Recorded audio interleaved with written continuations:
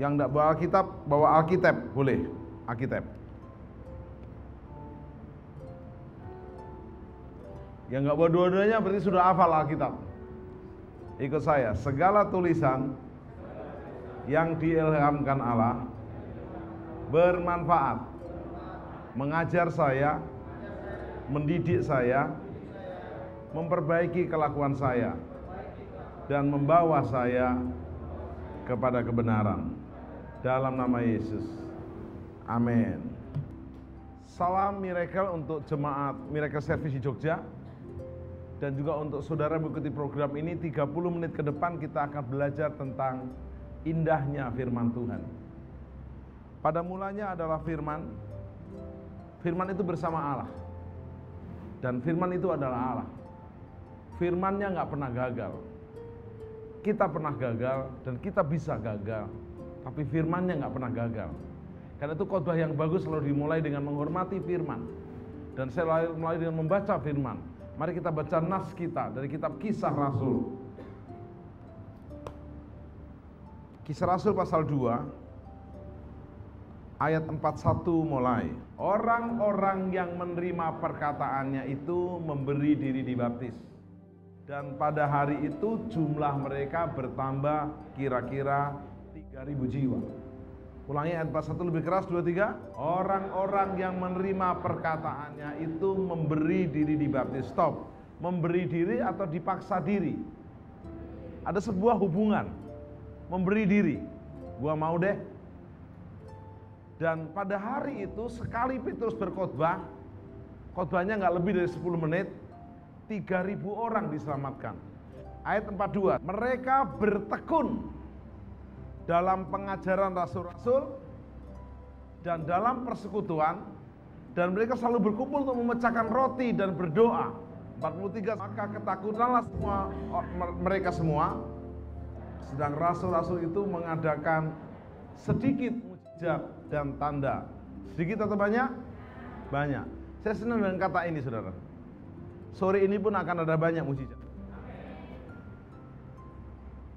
Saya tadi malam jam 11 malam masih mendoakan orang yang kena batu ginjal. Batunya kecil Pak, cuma 0,4 cm, tapi dia pas di tengah-tengah saluran ginjalnya. Nah itu kalau batunya sekilo gimana?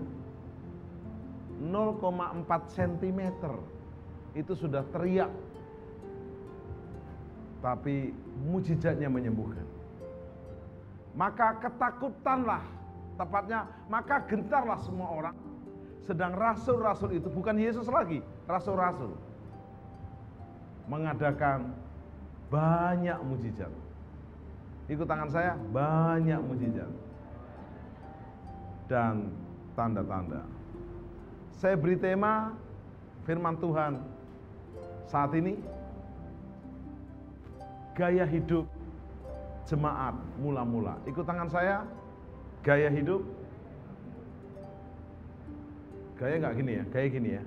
Bilang, gaya hidup jemaat mula-mula. Saudara,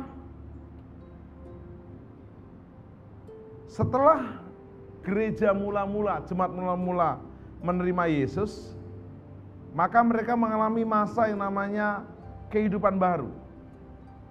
Dan ada yang menarik bahwa mereka menjadi manusia yang baru. Di dalam 2 Korintus 5 ayat 17 dikatakan, jadi siapa yang ada di dalam Kristus, ia adalah new creation. Katakan ciptaan baru. Ikut tangan saya, yang lama sudah berlalu, yang baru sudah datang. Saya mau beri contoh. Orang yang tadinya belum mengenal Tuhan, rokok berat. Saya kenal satu bapak, satu hari 2 bungkus rokok. 1 bungkus rokok 12 batang. 12 batang kali 2 berarti 24. Berarti setiap jam dia 1 batang. Sambil tidur pun mungkin begini juga, saudara. Tapi begitu dia dijamah Roh Kudus, dia dilawat Tuhan, dia jadi tidak pengen rokok. Ada orang yang biasa minum mabuk-mabukan, minum minuman keras, oplosan, minum minuman yang mahal, beralkohol tinggi. Begitu dia dijamah Tuhan, nggak kepengen lagi. Sekarang kebalikannya, bapak yang tadi merokok sehari 2 bungkus, sekarang merokok. Kok mau rokok? Kok merokok? Di dekat orang rokok aja nggak enak. Ini namanya betul-betul menjadi baru. Katakan yes. Pertanyaannya sekarang, adakah kita sekian lama menjadi Kristen, kita sudah memiliki gaya hidup yang baru? Atau gaya hidup kita adalah tergantung hari? Hari Minggu kayak malaikat, hari Senin meleset. Hari Minggu lagunya bersama malaikat di surga. Bajunya putih, celananya putih, sepatunya putih, giginya tetap putih. Putih bagus. Tapi kalau hatimu tidak putih, kata Yesus, kuburan juga luarnya bisa putih catnya, tapi dalamnya adalah kerangka. Semua bilang haleluya. Ikut tangan saya. Jadi saya yang ada dalam Kristus, saya adalah ciptaan baru. Yang lama sudah berlalu, yang baru sudah datang. Saya ada pengalaman juga teman-teman yang bukan pengikut Kristus tadinya. Begitu dia mengenal Kristus, dijamah Kristus, dia berkata, jadi tidak enak ya bikin dosa. Dulu dosa tuh enak-enak aja, sekarang jadi tidak enak. Bahkan ada lagi seseorang, dia biasa selingkuh. Ya karena memang dia punya modal untuk selingkuh. Sudah tahu yang belum pernah selingkuh, untuk selingkuh itu perlu modal. Ada yang berkata, istri di rumah itu seperti TV, selingkuhan seperti smartphone. Smartphone bisa lebih keren, gonta-ganti casing. Nah di rumah TV-nya ya gitu aja bentuknya, sudahlah. Tapi ingat, jangan diizinkan smartphone dekat sama TV, bisa hancur tuh smartphone-nya, dihancurin sama TV-nya. Tapi teman saya keren, dia bilang, TV saya di rumah, saya casing seperti smartphone. Nah amin sih. Orang yang biasa selingkuh, begitu mau selingkuh, dia tahu-tahu nggak enak, ada salah, deg-degan. Tadinya kebalikannya, nggak selingkuh nggak deg-degan. Nah, Anda sekarang punya gaya hidup yang mana? Kisah Rasul pasal 2 ini, orang-orang yang menerima perkataan Petrus, firman dari Petrus, mereka mengambil keputusan untuk dibaptis. Katakan sama saya, dibaptis. Waktu mereka dibaptis, mereka mengambil sebuah pilihan kehidupan yang baru. Waktu Yesus naik ke surga, Yesus tidak mengajak sembarang orang. Yo daripada nganggur, ikut ke Bukit Zaitun. Enggak, yang boleh untuk ikut di kenaikan Yesus di Bukit Zaitun. Bukit Zaitun adalah bukit yang tertinggi di Yerusalem. Yerusalem itu tingginya 700 meter di atas permukaan laut. Bukit Zaitun paling tinggi. Dan yang datang 500 murid. Apa yang terjadi? Hanya murid yang bisa lihat Yesus naik. Murid yang punya gaya hidup baru. Dan malaikat bilang, Yesus akan datang dengan cara yang sama. Kalau naik, yang lihat hanya murid. Turun, yang lihat juga pasti murid. Kalau naik mengaku murid-muridan, tidak akan bisa lihat. You understand? Kalau engkau tidak punya paspor, tidak punya visa, mau keluar negeri, modalnya apa? Nekat? Nggak bisa. Pastikan bahwa Anda punya gaya hidup yang baru. Kehidupan yang lama sudah berlalu, yang baru sudah datang. Mari kita lihat definisi gaya hidup. Ikut tangan saya, gaya hidup. Bilang gaya hidup jemaat mula-mula. Ulangi, 2, 3. Gaya hidup jemaat. Sambil saudara cek termasuk saya. Bisa nggak ngaku-ngaku pendeta gaya hidupnya gaya hidup lama? Bisa nggak? Pendeta itu bukan datang untuk melayani, tapi untuk belum sudah hotelnya di mana ya? Loh, lu datang mau melayani atau minta dilayani? Terus pesawatnya apa ya? Nah, hal yang penting hari ini, saudara, yuk kita punya gaya hidup yang semakin berubah. Mari kita lihat definisi gaya hidup. Gaya hidup adalah perilaku seseorang yang ditunjukkan dalam aktivitas, minat dan opini khususnya berkaitan dengan citra diri untuk merefleksikan status sosialnya. Gaya hidup merupakan frame dan referensi yang dipakai seseorang bertingkah laku, konsekuensinya membentuk perilaku tertentu. Jadi gaya hidup itu adalah pola hidup. Gaya itu adalah pilihan gaya seseorang. Contoh saudara, manusia itu kan aneh. Orang yang miskin biasanya pura-pura kaya. Begitu dia betul-betul kaya, pura-pura miskin. Tapi hari ini kita akan sepakat, katakan dalam Yesus, gaya hidup saya, gaya hidup baru. Abram tinggal di Ur Kasdim. Ur Kasdim itu negeri di mana penyembahan berhala. Nenek moyangnya Abram dan negeri di mana Abram tinggal menyembah berhala. Tapi Abraham berani meninggalkan gaya hidup yang lama ke gaya hidup yang baru. Katakan yes. Saudara, hari ini pun Anda sedang dibuat dua pilihan. Gaya hidupmu makin diperbarui atau gaya hidupmu makin ngaco. Waktu Anda nonton TV, ketahuan apa yang Anda tonton. Kalau segede saudara saya masih nonton Donald Bebek, oh ini gaya hidupnya gaya hidup kekanak-kanaan. Gaya hidupmu menentukan siapa engkau di masa depan. Ada orang yang gaya hidupnya terpengaruh oleh partner bisnis, karena partner bisnisnya suka dugem, dunia gemerlap. Maka dia mulai terpengaruh dan berubah hidupnya. Pertama dia mungkin menamani. Kedua mungkin ikut-ikut mencoba. Saya dugem pak, cuma menemani untuk partner bisnis. Saya nggak minum yang lain, minuman keras tidak, alkohol tidak, saya hanya minum aqua, air putih dan juga mungkin soft drink. Oke, pertamanya. Anda perlu orang yang pergi ke pasar ikan. Pertamanya mungkin tidak makan ikan, bahkan tidak pegang ikan. Tapi kalau Anda seharian di pasar ikan, Anda pulang akan bau ikan. Minggu depannya Anda akan mulai pegang ikan. Minggu depannya kau Anda akan mulai makan ikan. Dan akhirnya kau dimakan sama ikan. Abraham berani meninggalkan gaya hidup yang lama, masuk ke gaya hidup yang baru. Jadi siapa yang ada dalam Kristus, ia ciptaan baru. Katakan, yang lama sudah berlalu. Nah, semua kita punya masa lalu, setuju? Semua kita punya masa yang kurang bagus, kurang optimal. Yuk kita song-song ke depan dengan gaya hidup yang baru.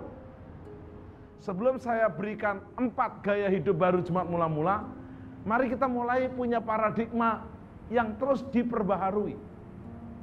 Ingat, Yesus datang bukan sebagai juru selamat lagi. Yesus datang sebagai King of the King. Bahkan di dalam kitab suci yang lain tulis Yesus sebagai Imam Mahdi, hakim segala hakim. Ia akan menghakimi seluruh umat. Dia akan menjadi mempelai pria surgawi, kita mempelai wanita surgawinya. Tentu yang punya gaya hidup yang baru, yang punya kehidupan yang baru, yang layak. Saudara, saya bertanya, yang bisa naik pesawat sembarang orang atau yang layak? Apalagi ke luar negeri, hanya punya tiket, punya paspor, punya visa, datang tidak terlambat. Sudah punya paspor, punya visa, punya tiket, datang terlambat, nggak bisa terbang. Ada bagian Tuhan, ada bagian kita. Bagian kita, yuk kita merubah gaya hidup kita. Memang nggak mudah, tapi lama Anda akan terbiasa. Contoh, saya membiasakan diri, no Bible, no breakfast. Kalau nggak baca Alkitab, tidak makan.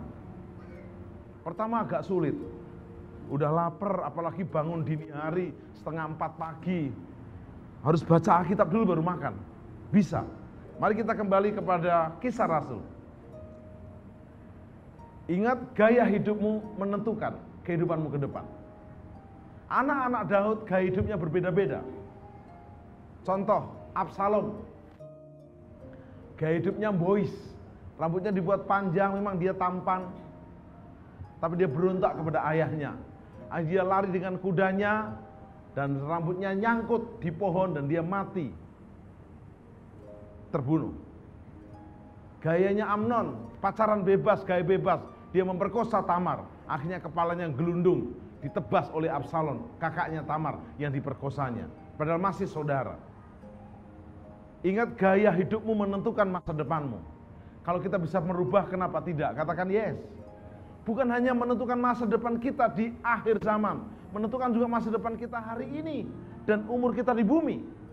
Kalau gaya hidupmu sembarang makan, sudah tahu dia punya gula cenderung tinggi, hajar terus soft drink apa saja diminum. Setiap makan teh manis.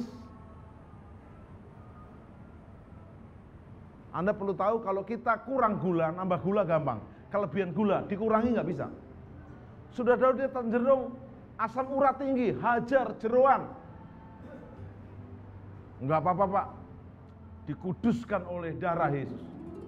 No, Anda ngatur diri, gaya jam tidurmu, gaya makanmu. Saya percaya Anda mulai diubahkan, diperbarui, dan menjadi ciptaan baru. Tepuk tangan yang baru dengan semangat.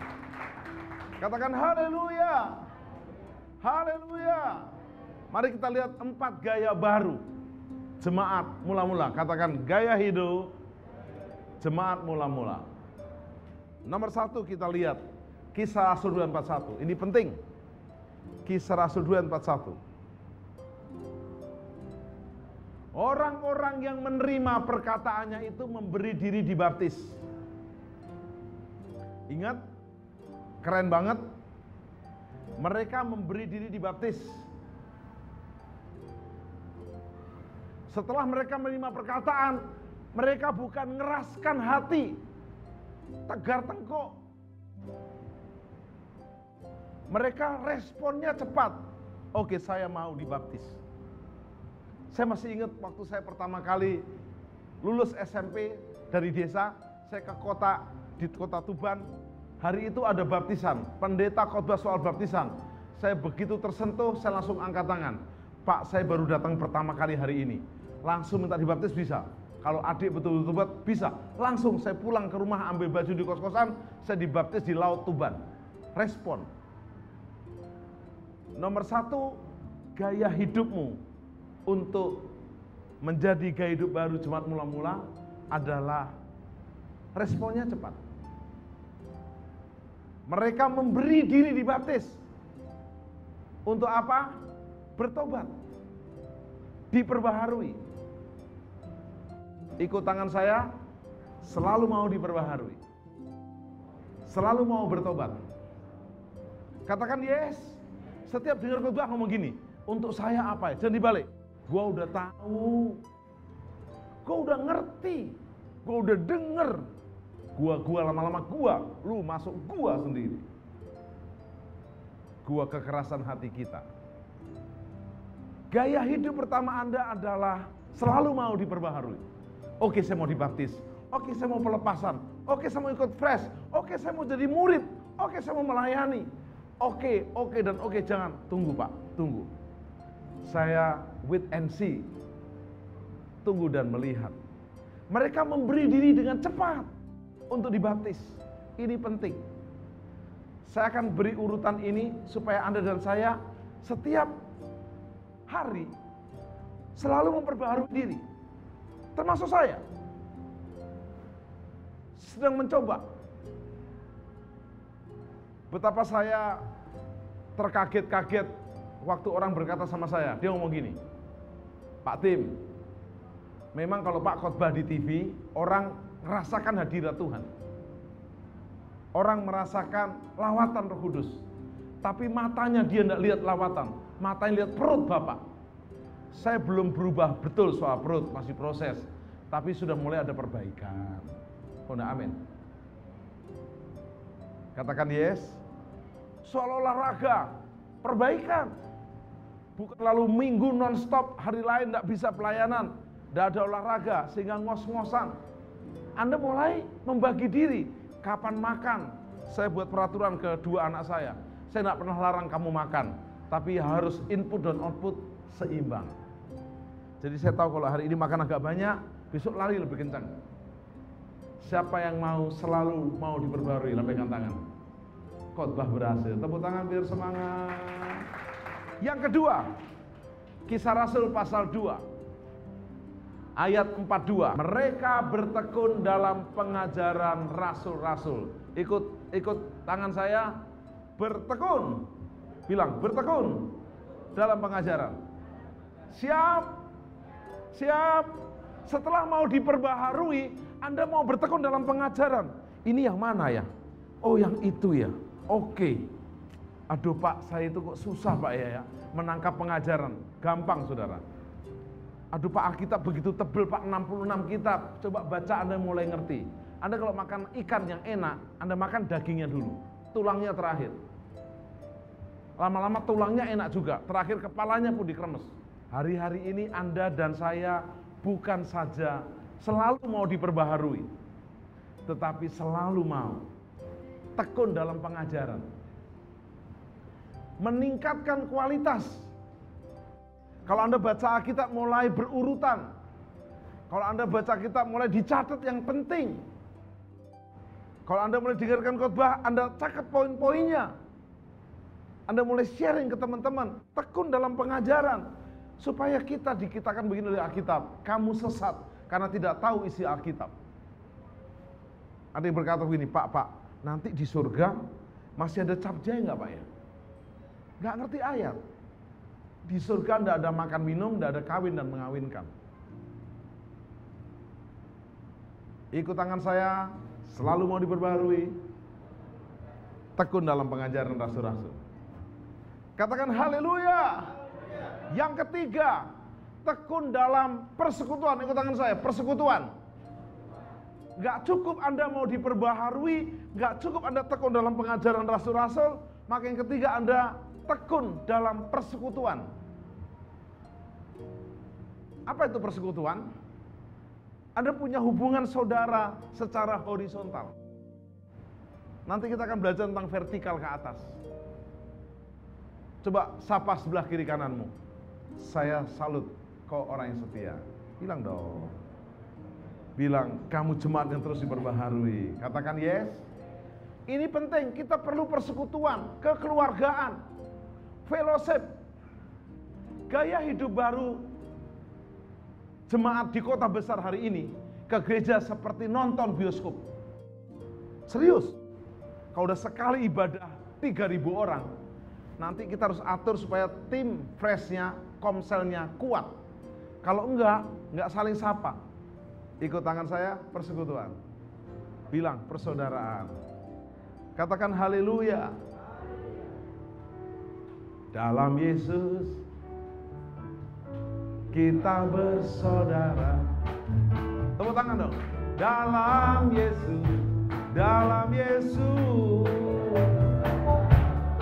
Berapa lama? Dalam Yesus kita bersaudara, sekarang dan selamanya. Dalam Yesus kita bersaudara. Katakan sama saya, selalu mau diperbaharui. Katakan yes. Tekun dalam pengajaran. Katakan haleluya. Tolong jangan boros kuliner, baca buku. Kembali ke Kisah Rasul. Ikut tangan saya, selalu mau diperbaharui. Bertekun dalam pengajaran, bertekun dalam persekutuan, dan mereka selalu berkumpul untuk memecahkan roti. Ikut tangan saya, memecah-mecahkan roti. Gina. Pertama, selalu mau diperbaharui, bertobat terus. Kedua, Anda dan saya tekun dalam pengajaran rasul-rasul. Keempat, fellowship, persekutuan. Yang menarik dikatakan di sini mereka selalu berkumpul untuk memecahkan roti, membagi hidup. Oh, lu nggak bisa makan, nih rotiku tak bagi buat engkau. Kalau ada anggota fresh kita, komsel kita, kelompok kecil kita nggak bisa makan 2 hari, jangan bilang gini, saya akan doakan kamu. Kamu kena serang roh kelaparan. Kan cukup berkata gini, di rumah aku punya 2 kilo beras, kamu sekilo, saya sekilo. Itu lebih terharu. Katakan sama saya, selalu mau diperbaharui, tekun dalam pengajaran, berfellowship dalam persaudaraan, bilang hidup membagi. Hidup membagi. Anda mulai menjadi garam dan terang dunia. Saya sedang mencoba kalau naik taksi saya lebihkan. Pas saya ada, naik ojek saya lebihkan. Kadang saya ketemu orang yang kelihatannya butuh, saya coba bantu. Gak banyak sih, tapi dia mulai melihat, kita berbeda. Katakan haleluya. Penutup yang kelima. Mereka bertekun dalam doa, ini ke surga. Katakan yes. Ikut tangan saya, selalu mau diperbaharui. Tekun dalam pengajaran, fellowship dalam persekutuan saudara seiman. Katakan hidup berbagi. Katakan yes. Yang kelima katakan tekun dalam doa. Tangannya begini. Nah, kita akan cek saudara. Anda dan saya tekun tidak dalam doa? Caranya gampang.